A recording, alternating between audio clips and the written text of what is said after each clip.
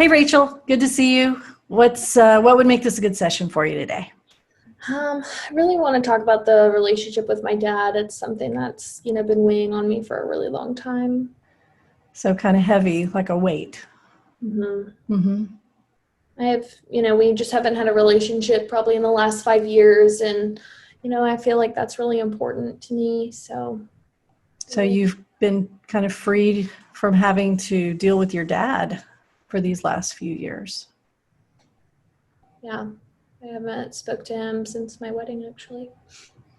So it sounds like the freedom from having to talk to him doesn't really feel like freedom. It feels heavy. And you even use the word weight, I notice. Okay. And so when you think about weights, do you have a lot of weights, a lot of heavy things in your life? I just started a new job, so I've been working a lot more lately, but I would say that that's a pretty good stress. But some of my other relationships, like with my mom and my grandma, can be difficult at times, but the relationship with my dad is probably the most difficult.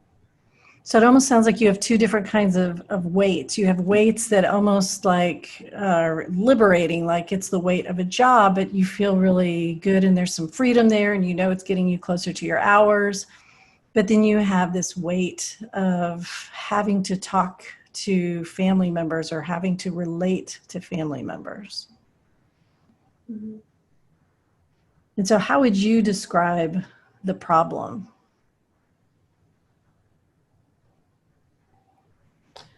It just feels like with the relationship with my dad that it almost has to be like his way or the highway. Like there's Mm-hmm. no in between.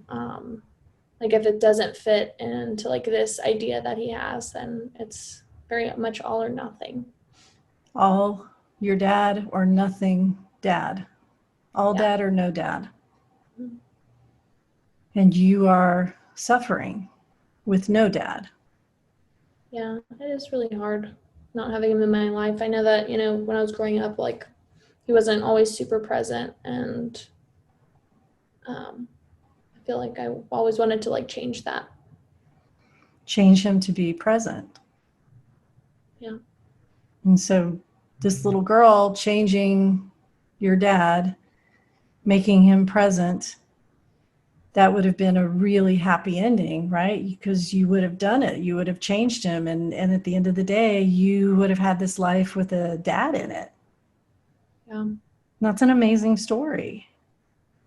And now your story is there's a little girl who thought she could change her dad, but then what happened?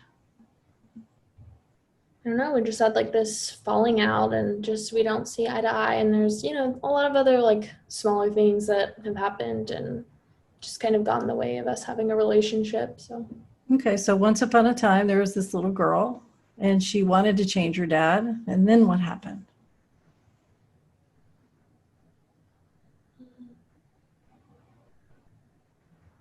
I think I chose not to follow along with the rules anymore. And I So, kind of the consequences of that. what did she do? So what do you mean not follow the rules? Like, did she start speeding? Did she, hit puppies with baseball bats? What did she do? Uh, it was a lot of different things. Like when it came to like my wedding, I made a lot of like, choices, and like when it came like I didn't have him walk me down the aisle because I didn't feel that it was appropriate. And so I feel like that put like a major rift in our relationship. So this little girl who figured that she wanted to change her dad, and then she woke up one day and realized that she couldn't change him. And she decided to make her own rules. And she made some rules that worked and made her wedding amazing. But then she lost her dad.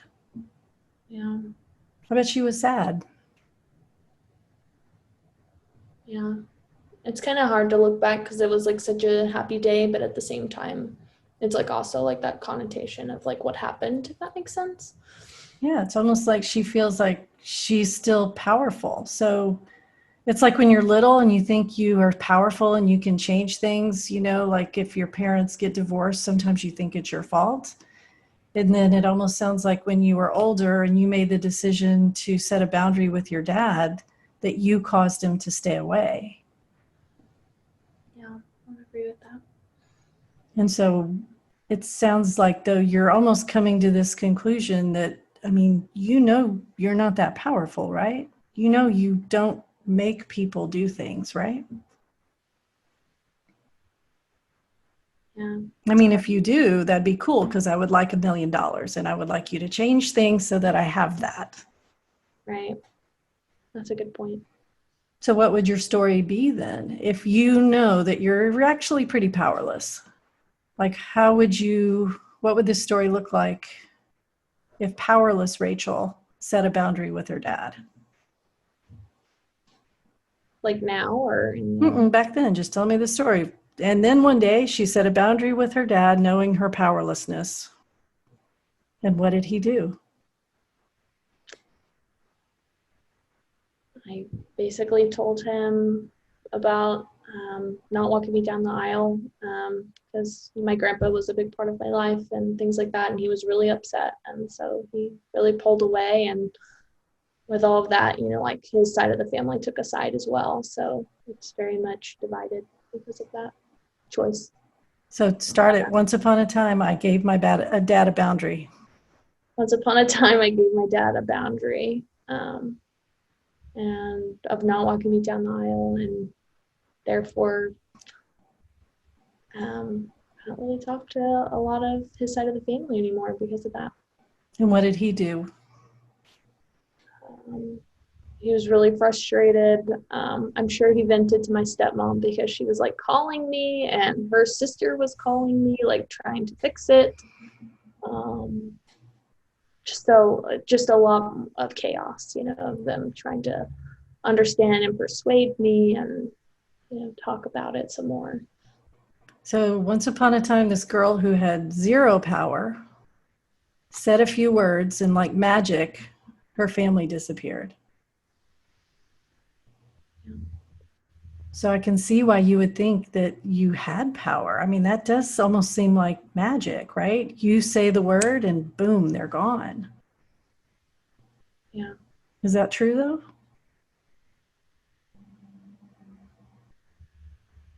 I mean, if you could sit down and talk to Rachel at the moment when she just let those magic words come out of her mouth, what would you tell her? Would you tell her, yep, Rachel, this is your doing, you're super magical and you have the power to keep all these grown-ups away? Or what would you tell her? What is the real story?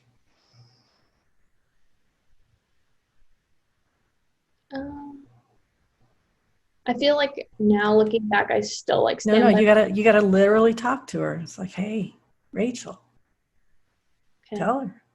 Hey, Rachel, this is a good choice because you're honoring yourself and your values, and you're not going to allow other people to make choices for you anymore. But is she as powerful as she thinks she is? I mean, really, with one word, can you totally make a family disappear? No. Tell her. I think she believes it. Tell her. There's nothing that you did in that situation that would have, you know, caused your whole entire family not to talk to you anymore. So how does that feel with that version of the story? Happy, sad, mad, afraid, surprised. A little bit of relief, just because I feel like I walk around with that like it's my fault.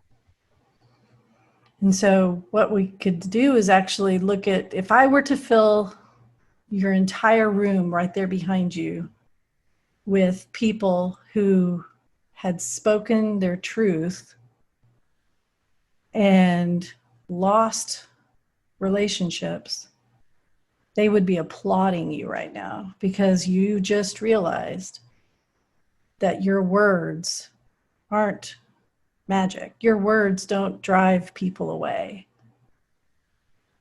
right? Mm-hmm. And your truth is so valuable and so amazing. And sometimes people drift away. Mm-hmm. And their drifting isn't caused by your boundary.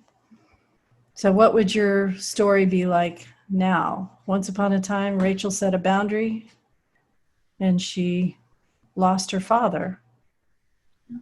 And then what happened? She still got married. She still went to grad school. She still got her license.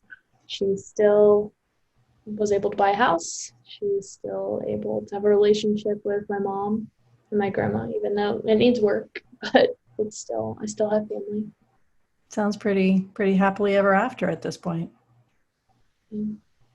Okay. Well, good. I'm glad you were able to rewrite your story.